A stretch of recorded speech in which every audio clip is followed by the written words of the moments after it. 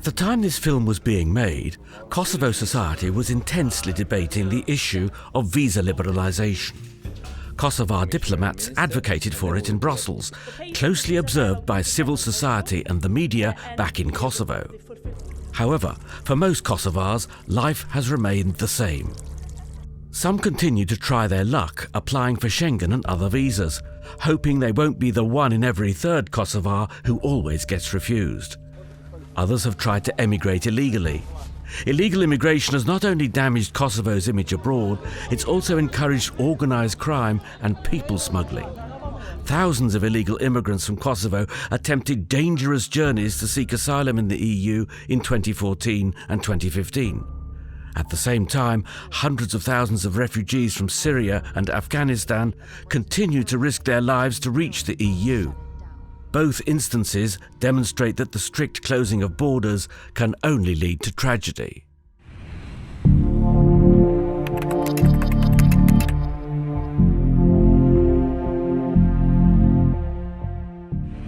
People were fed with isolation.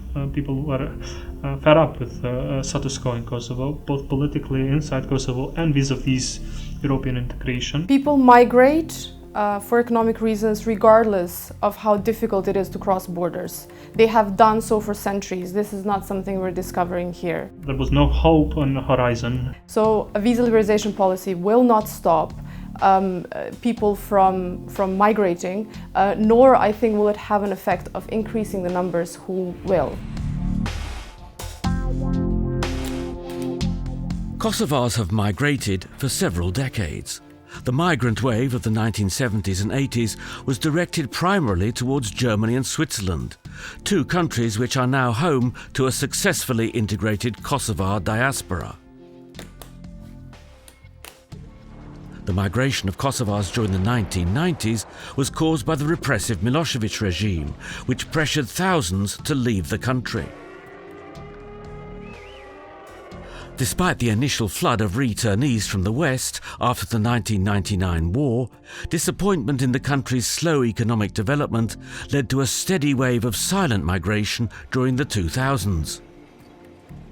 Kosovo's migration trends have been analysed in order to find out what caused the breakaway from silent migration and the unprecedented spike of migrants fleeing the country at the end of 2014 and the beginning of 2015.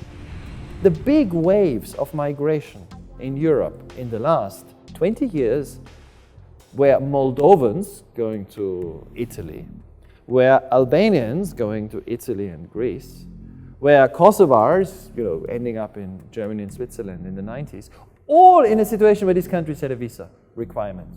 During the silent migration wave, we have noticed that the profile was the average male, Kosovan male, aged 25 to 35, usually with a primary education, not even a secondary education, with family income below poverty line and generally living in poverty. Before Kosovo's recent migration spike, 70% of those fleeing Kosovo during its years of silent migration said that their primary reasons for leaving the country included high unemployment, low wages, and poor living conditions. The latest flood of migrants gave dramatically different reasons for leaving. Their average wage was higher than those of past migrants by €262, and the average family was making some €407 per month, far more than previous generations of migrants. And this profile has evolved gradually. When we interviewed 2015, beginning of 2015, the massive wave of migrants, the profile was completely different. The number and kind of people leaving Kosovo at the beginning of 2015 surprised observers. Not only was their mass exodus unexpected, it didn't resemble Kosovo's previous migration patterns. But one of the main characteristics of the second wave, the latest one, was that most of them had easiness into moving abroad, and the cost of moving abroad illegally was quite cheap. One thing is clear.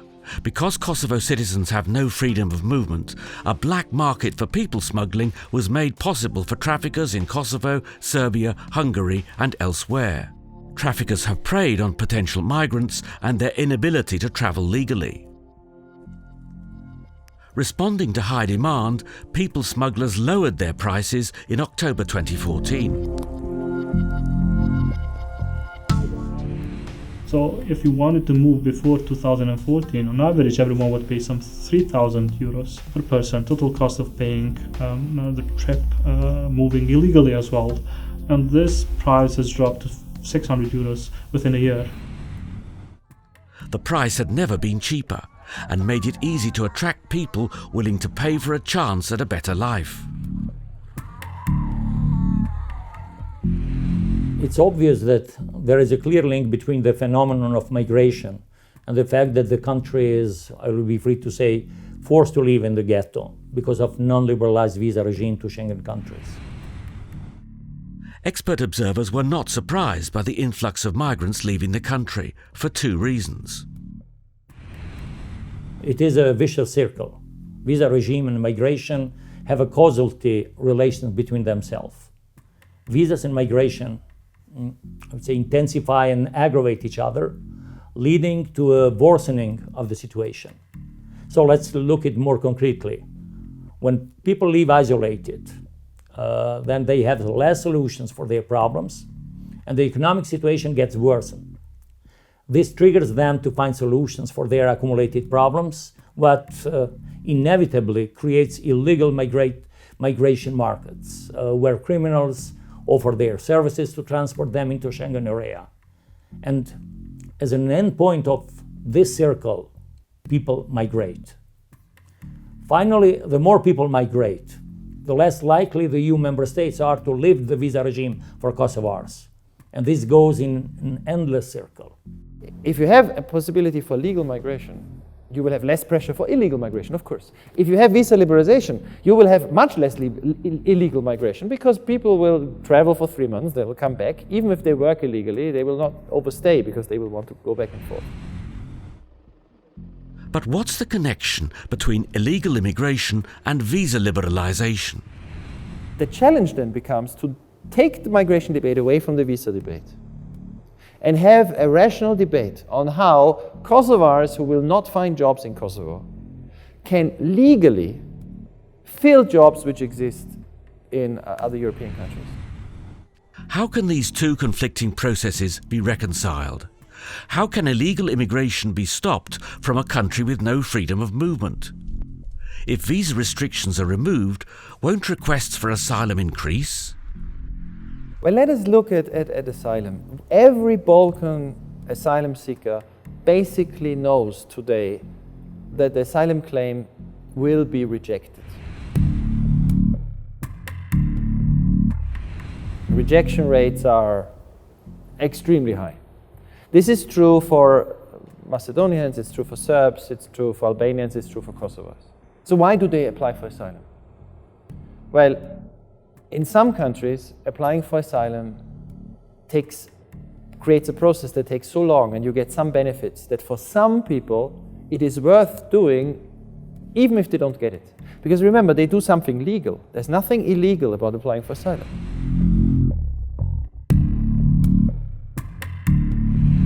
What we see, however, is that the member states which have a fast procedure, you can still apply, but it's very fast, like Switzerland today, which is in Schengen, Austria, the Netherlands, France, they don't have this problem. Macedonians and Serbs don't apply there. Migration doesn't necessarily have anything to do with visa liberalization. People migrate in order to work and settle in another country, whereas visa liberalization simply allows people to travel. To put it simply, people will migrate, regardless of whether their countries have visa liberalization or not. Just one last word on migration. If we look at the countries that have developed fastest in the last 15 years in Europe, success stories, real success stories in terms of GDP per capita, catching up, it's Poland, it's the Baltic states, it's Romania, which is often forgotten. All these countries developed fast while they had massive migration. Migration was not a sign of failure for these countries. It was part of a successful process.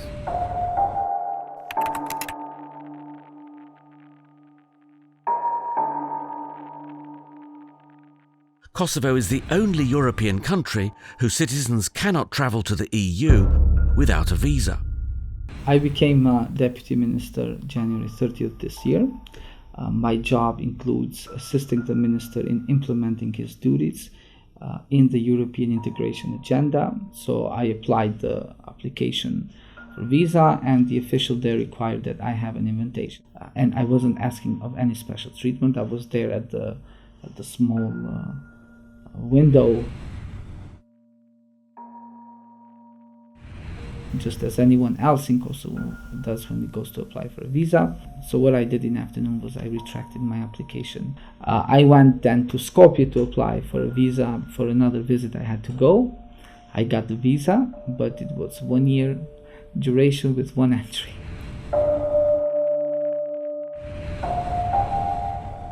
If a high-ranking government official has to jump through so many hoops to get a visa, what can an ordinary citizen expect?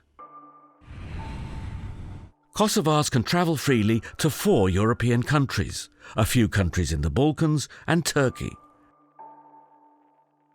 Oh, and Gambia and a few islands in America and Asia.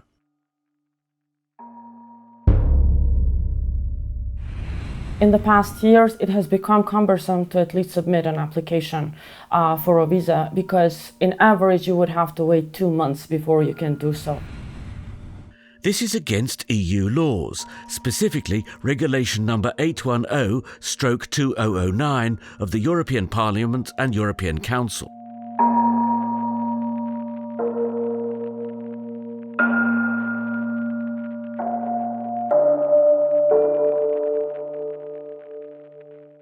Every third Kosovar is refused a visa.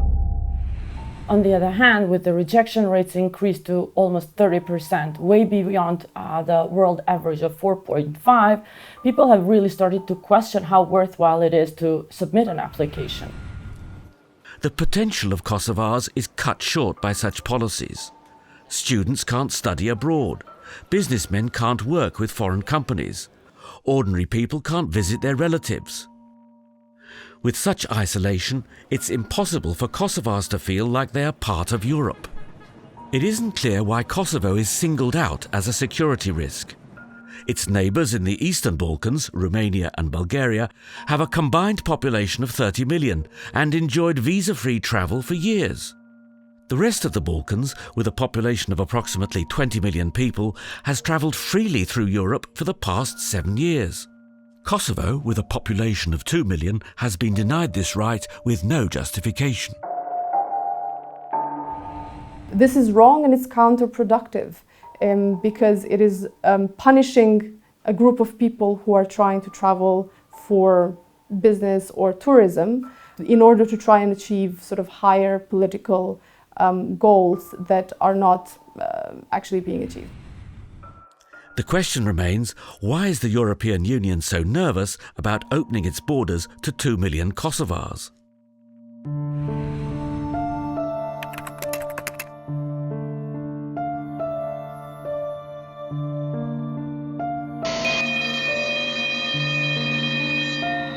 Section 5, speed her up, 401.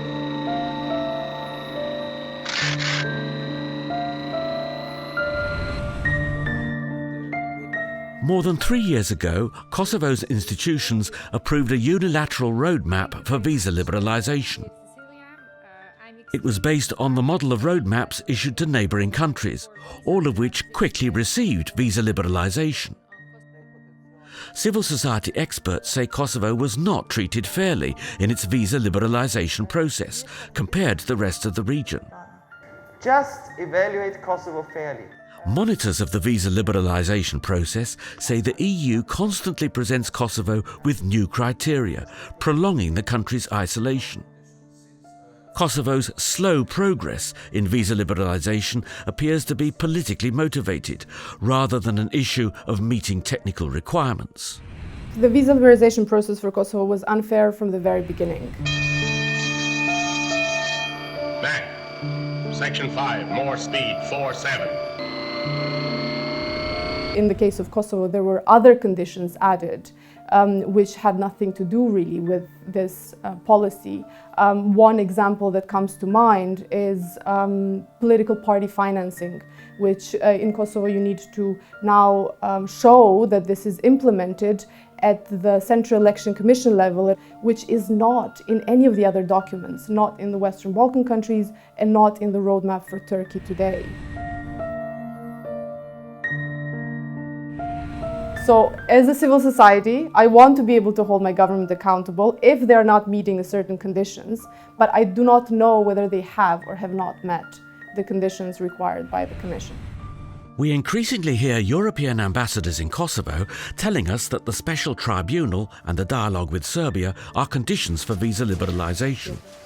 Everything the EU wants to achieve in Kosovo is conditioned with the promise of visa liberalisation. This directly affects the quality of life of Kosovars by denying them their right to freedom of movement, a right that is simply necessary in today's globalised world.